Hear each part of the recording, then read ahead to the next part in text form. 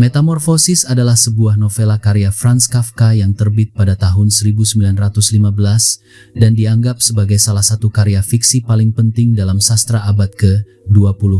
Cerita ini dibuka dengan adegan yang langsung mengguncang. Seorang pedagang bernama Gregor Samsa terbangun dan mendapati dirinya telah bermetamorfosis menjadi seekor serangga raksasa. Dalam teks aslinya, Kafka menggunakan istilah Jerman Ungeheuren Ungeziefer, yang kurang lebih berarti serangga yang mengerikan atau hama menjijikan. Cerita ini mengangkat tema-tema eksistensial seperti kecemasan, keterasingan, dan kehancuran identitas. Hampir seluruh peristiwa berlangsung dalam ruang kamar Gregor yang sempit dan tertutup, memperkuat nuansa terkurung baik secara fisik maupun mental. Penyebab perubahan tubuh Gregor tidak pernah dijelaskan, dan Kafka sendiri tidak memberikan penafsiran apapun, seolah ingin menegaskan bahwa absurditas hidup tidak selalu memerlukan alasan. Buku ini terbagi menjadi 3 bagian. Bagian pertama dimulai dengan salah satu kalimat pembuka paling ikonik dalam sejarah sastra. Ketika Gregor Samsa bangun suatu pagi dari mimpi yang tidak menyenangkan, ia mendapati dirinya di tempat tidur telah berubah menjadi seekor serangga mengerikan. Gregor berbaring di punggungnya yang keras seperti pelat baja, sementara banyak kakinya yang kecil tidak sebanding dengan tubuhnya yang besar menggeliat tanpa daya. Apa yang terjadi padaku? Pikirnya, ini hanya mimpi. Kalau aku tidur sebentar lagi, mungkin semua omong kosong ini akan hilang. Sambil berusaha memahami keadaannya, Gregor mulai memikirkan pekerjaannya sebagai seorang pedagang pekerjaan yang selama ini melelahkannya.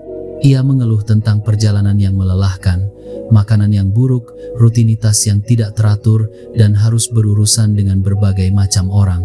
Ia juga sadar bahwa pekerjaannya membuatnya tidak punya teman dekat. Semua relasi hanya bersifat dangkal karena ia selalu bepergian. Bahkan ketika di rumah, ia jarang keluar. Hal ini memperlihatkan bahwa kehidupan Gregor sebenarnya sudah terisolasi jauh sebelum transformasi itu terjadi. Gregor memang ingin berhenti dari pekerjaannya, tetapi ia merasa harus bertahan demi membantu keluarganya melunasi utang. Namun setelah transformasi terjadi, rasa keterasingannya semakin kuat. Ia merasa terpisah dari tubuhnya sendiri, juga dari orang-orang di sekitar. Dalam pikirannya, ia menyebut kamarnya sebagai penjara, seorang manusia yang terperangkap dalam tubuh yang bukan manusia. Ketika sedang merenung, Gregor menoleh ke arah jam dan tersadar bahwa ia kesiangan.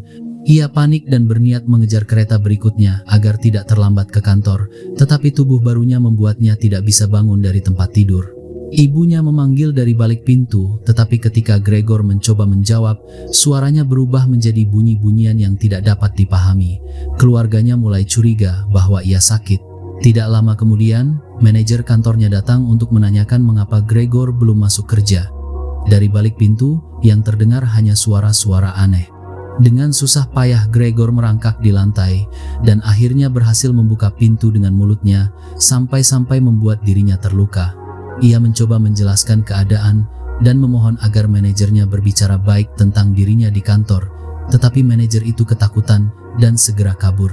Keluarga Gregor pun terkejut dan ngeri melihat wujudnya, dan ayahnya memaksa Gregor kembali ke kamar dengan ancaman kekerasan sebelum akhirnya membanting pintu. Kontras antara situasi yang luar biasa absurd transformasi Gregor dan cara Kafka menggambarkannya dengan bahasa yang justru biasa dan sehari-hari menciptakan nuansa dunia yang irasional dan absurd. Gregor mewujudkan nada absurd sejak awal.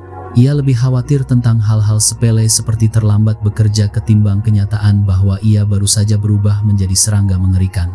Bagian 2. Pada bagian ini, Gregor terbangun dan menemukan semangkuk susu serta roti di kamarnya. Dulunya itu makanan favoritnya, tetapi kini ia tak lagi tahan dengan rasa susu tersebut. Keesokan paginya, adiknya, Grete, datang dan mengganti makanan itu dengan sisa-sisa makanan busuk. Anehnya, Gregor justru memakannya dengan lahap. Dari sinilah dimulai rutinitas baru. Grete memberi makan dan membersihkan kamarnya, sementara Gregor bersembunyi di bawah sofa karena takut kemunculannya akan menakuti siapapun yang melihatnya. Hari-harinya dihabiskan dengan mendengarkan suara keluarganya dari balik dinding. Dengan ketidakmampuannya yang mendadak, keluarga itu kehilangan stabilitas keuangan. Tema uang memang menjadi isu penting sepanjang novel.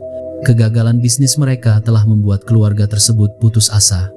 Satu-satunya kekhawatiran Gregor saat itu adalah memperbaiki keadaan sehingga semua orang bisa melupakan apa yang telah terjadi secepat mungkin. Mereka menerima uang itu dengan rasa terima kasih, dan ia memberikannya dengan senang hati, meskipun tidak banyak kasih sayang yang ia terima sebagai balasannya. Gregor juga mengetahui bahwa ayahnya diam-diam memiliki tabungan, dan ia merasa lega mendengarnya. Kini prioritas keluarga adalah mencari pekerjaan demi bertahan hidup. Gregor mulai bersikap lebih seperti serangga. Ia menyukai ruang gelap dan menikmati merayap di dinding serta langit-langit. Perubahan ini menunjukkan bagaimana kondisi fisik memengaruhi keadaan mental seseorang. Ketika Gregor menemukan hobi barunya itu, ibu dan adiknya memutuskan untuk menyingkirkan beberapa furnitur agar ruang geraknya lebih luas. Namun Gregor justru panik saat mendengar rencana itu. Ibunya khawatir tindakan tersebut akan merugikannya, sementara Gregor takut kehilangan sisa-sisa kehidupannya sebagai manusia. Ia berpegang teguh pada potret yang sangat ia sayangi, seolah-olah itulah satu-satunya pengikat dengan masa lalunya. Melihat bentuk Gregor yang mengerikan mencengkeram gambar itu, ibunya pingsan dan Grete buru-buru menolongnya. Gregor keluar dari kamar, tapi pada saat yang sama ayahnya pulang dan mengira Gregor hendak menyerang ibu mereka. Dalam kemarahannya, sang ayah melempar apel ke arahnya. Salah satu apel itu menancap di punggung Gregor dan melukainya dengan parah. Di sini tampak jelas betapa besar jarak antara pikiran dan tubuh. Gregor berusaha mendamaikan emosi kemanusiaannya dengan dorongan tubuh barunya yang sepenuhnya asing. Ia masih merasa terhubung dengan masa lalunya dan menganggap dirinya bagian dari keluarga, tetapi wujudnya membuat orang lain sulit melihatnya sebagai manusia. Pertanyaan besar pun muncul. Apakah Gregor masih manusia dan sejauh mana? Menjelang akhir bagian ini, Grete mulai melihatnya tidak lebih dari seekor serangga yang menjadi beban. Ayahnya sama sekali tidak menganggap Gregor sebagai dirinya yang dulu dan bersikap sangat bermusuhan. Hanya ibunya yang masih menyebutnya anak malang. Sebuah ungkapan yang menunjukkan bahwa baginya, Gregor tetaplah Gregor terlepas dari bentuknya. Bagian 3. Di bagian 3, Gregor menderita luka-lukanya selama berminggu-minggu dan hampir tidak makan. Keluarganya semakin sibuk mencari uang. Mereka mengganti pembantu lama dengan asisten yang lebih murah, dan bahkan menyewakan 3 kamar di apartemen mereka demi tambahan penghasilan. Sementara keluarga berusaha bertahan hidup, Gregor semakin terasing dan diabaikan. Kamarnya berubah menjadi ruang penyimpanan yang penuh dengan barang-barang tak terpakai. Suatu hari, pintunya tidak sengaja dibiarkan terbuka, dan ia mendengar adiknya memainkan biola di ruang tamu. Gregor merangkak keluar, terpesona oleh suara biola itu. Ia bertanya-tanya, apakah ia benar-benar seekor binatang jika musik bisa memikatnya sedemikian rupa. Baginya, suara itu terasa seperti jalan menuju makanan yang tidak diketahuinya yang telah lama ia idamkan. Namun, salah satu penyewa melihat Gregor dan berteriak ketakutan. Ketiga penyewa itu langsung mengeluhkan kondisi apartemen yang dianggap tidak higienis dan membatalkan sewa mereka tanpa membayar apapun. Kejadian ini memperburuk situasi, dan Grete akhirnya menyimpulkan bahwa Gregor sudah menjadi beban bagi keluarga. Ia mengatakan kepada orang tuanya bahwa mereka harus menyingkirkan Gregor jika tidak semuanya akan hancur. Ayahnya sempat berkata bahwa, jika aku bisa untuk saling memahami, seakan masih ada harapan bahwa pikiran Gregor tetap utuh. Namun Grete dengan cepat meyakinkan kedua orang tuanya bahwa tidak ada lagi Gregor di dalam tubuh serangga itu.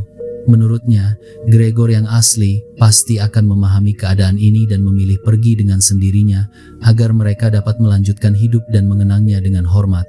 Gregor mendengar semuanya. Ia kemudian memikirkan keluarganya dengan penuh emosi dan cinta perasaan bahwa ia harus pergi jauh lebih kuat daripada tuntutan adiknya. Di saat fajar mulai menyala perlahan di luar jendela, napas terakhir Gregor keluar dengan lembut dari lubang hidungnya. Keluarga itu berkumpul mengelilingi tubuhnya. Grete memperhatikan betapa kurusnya Gregor, menandakan bahwa masih ada sisa simpati dalam dirinya. Mereka kemudian mengusir para penyewa dan memecat pembantu yang telah membuang tubuh Gregor tanpa izin. Setelah menangis bersama sejenak, keluarga itu merasakan kelegaan untuk pertama kalinya dalam waktu yang lama. Mereka mengambil hari libur, meninggalkan pekerjaan mereka, dan naik tram menuju pedesaan. Matahari yang hangat menyambut mereka menjadi kontras yang tajam dengan gambaran apartemen kecil dan pengap yang selama ini menahan hidup mereka. Hal ini menciptakan rasa harapan untuk masa depan yang mencapai puncaknya pada baris akhir cerita. Grete telah tumbuh menjadi seorang wanita muda yang cantik, menunjukkan bahwa metamorfosisnya sendiri sudah selesai. Mereka bahkan mulai memikirkan untuk mencarikan seorang suami yang dapat menafkahi keluarga. Ini menandakan bahwa ia sedang memulai babak baru dalam hidupnya. Cerita ditutup dengan adegan Grete yang meregangkan tubuh, sebuah tindakan yang melambangkan kelahiran kembali setelah masa kurungan yang panjang, seolah ia baru keluar dari kepompong. Terima kasih.